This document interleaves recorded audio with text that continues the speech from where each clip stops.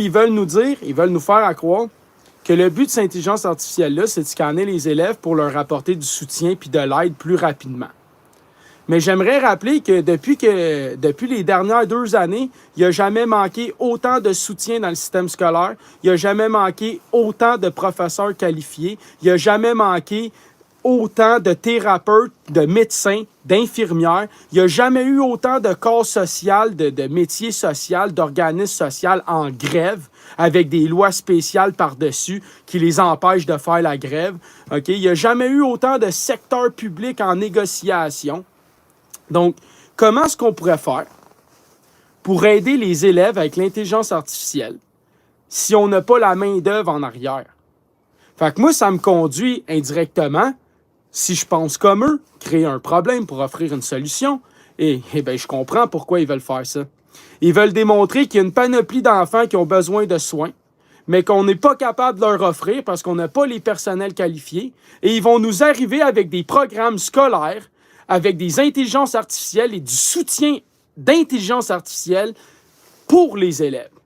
Donc, au lieu d'avoir des vrais contacts humains avec des vraies personnes humaines qui vont aider ces enfants-là dans un contact chaleureux et humain, ils vont se ramasser avec des tablettes, ils vont se ramasser avec des robots ou des logiciels ou des programmes, puis ils vont se ramasser avec du soutien informatique, numérique, pour venir aider et soutenir le système public qui, clairement, n'est pas capable de s'occuper de tous les enfants que cette intelligence artificielle aidera au gouvernement à démontrer qu'ils sont dans le besoin. Donc, je pense comme eux. Je crée un problème, je démontre qu'il y a un problème pour offrir ma solution toute prête. Les robots, l'intelligence artificielle. Donc, indirectement, si vos enfants sont problématiques et qu'éventuellement, à moyen terme ou court terme, parce que les choses vont très vite, se ramassent hors des logiciels, parce qu'il existe au Japon depuis déjà plusieurs années des nounous, des infirmières et autres qui s'occupent des enfants. Il existe des robots de construction, il existe des robots policiers déjà, il y a des logiciels qui aident à faire des logiciels juristes qui aident à rédiger des lettres et des documents.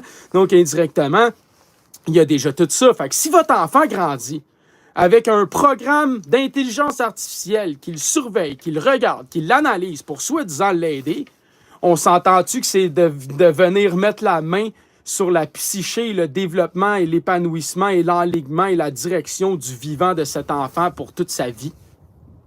Et ça directement sous prétexte d'aide scolaire. Donc, cette aide scolaire-là va passer plus de temps avec l'enfant que le propre parent, que ses frères, que ses sœurs, que ses amis, et va être constamment dans sa vie. Donc, indirectement, comme on le voit au Japon, il existe des logiciels de blondes ou de chums que c'est des intelligences artificielles. Il y avait aussi à l'époque des Tamagotchi, toutes sortes de phénomènes qui démontrent que les gens peuvent facilement tomber amoureux ou très dépendants d'un ordinateur ou d'un logiciel qui interagit avec eux. Donc, indirectement, je vous pose la question, est-ce que c'est bien de laisser ça arriver?